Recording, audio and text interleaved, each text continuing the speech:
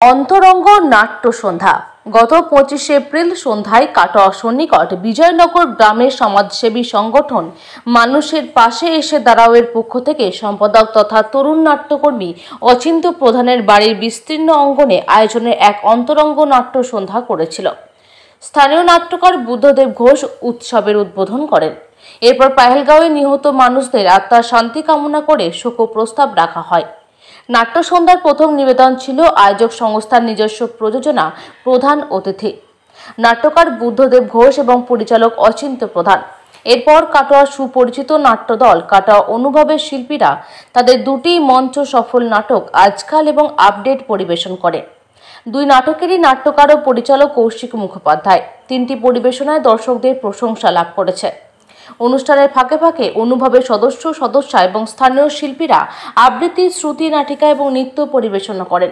প্রায় 2.5 ঘন্টা ধরে শতাধিক নরনারী অনুষ্ঠান উপভোগ করলেন। গ্রামাঞ্চলে এমন উদ্যোগ অভিনব ও প্রশংসনীয়। দেখা যাচ্ছে না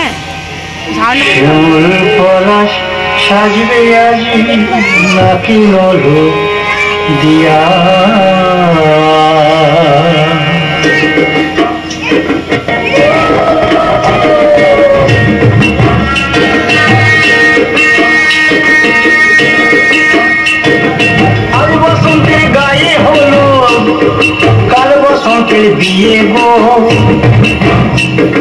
শিবপরা সাজবে আজি নাকি দিয়া গো নাকি নল দিয়া শিবপরা সাজবে আজি নাকি নল দিয়া গো নাকি নল দিয়া আজ বসন্তের গায়ে হলো আজ বসন্তের গায়ে হলো কাল বসন্তের বিয়ে গো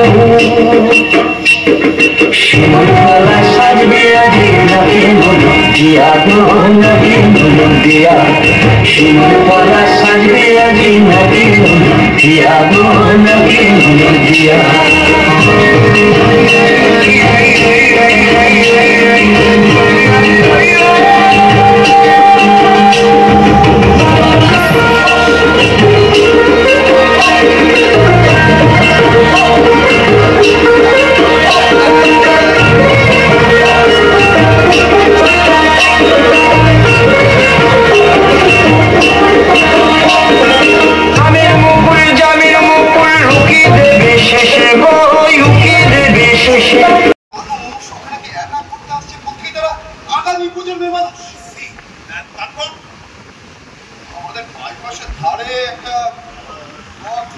ওখানে নাকি গাছ লাগাতে চাই, পুকুর কাটতে চাই, আরো কত কি।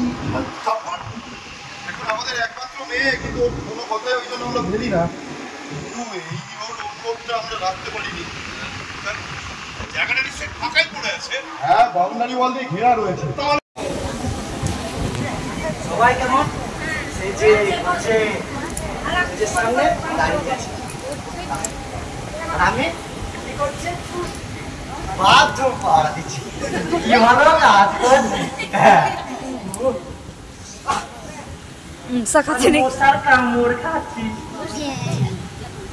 আরে বাবা, মানুষ নাকি একটু ফেসবুক করবো, একটু ইনস্টাগ্রাম করবো, রিলস বানাতে হবে নাকি?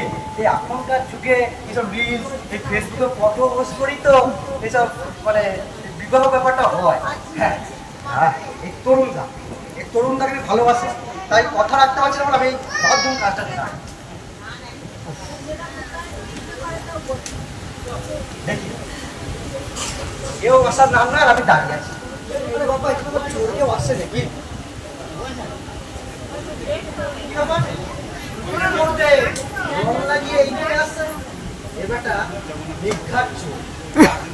ব্যাপারটা আড়াল থেকে দেখতে হবে। বাথরুমটা এইদিকে কোথায়? বাথরুম সারা ও বেশ, এই তো বাথরুম। দেখি ভেতরে সামান টামান পাওয়া যাবে।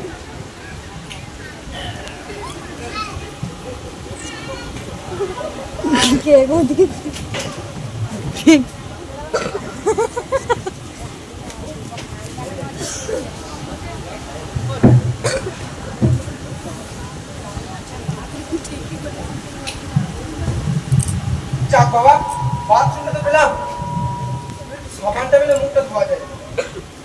ঠিক ধরেছি, একটা চোর। আমার চোখে ফাঁকি দিবি, দেখাচ্ছি।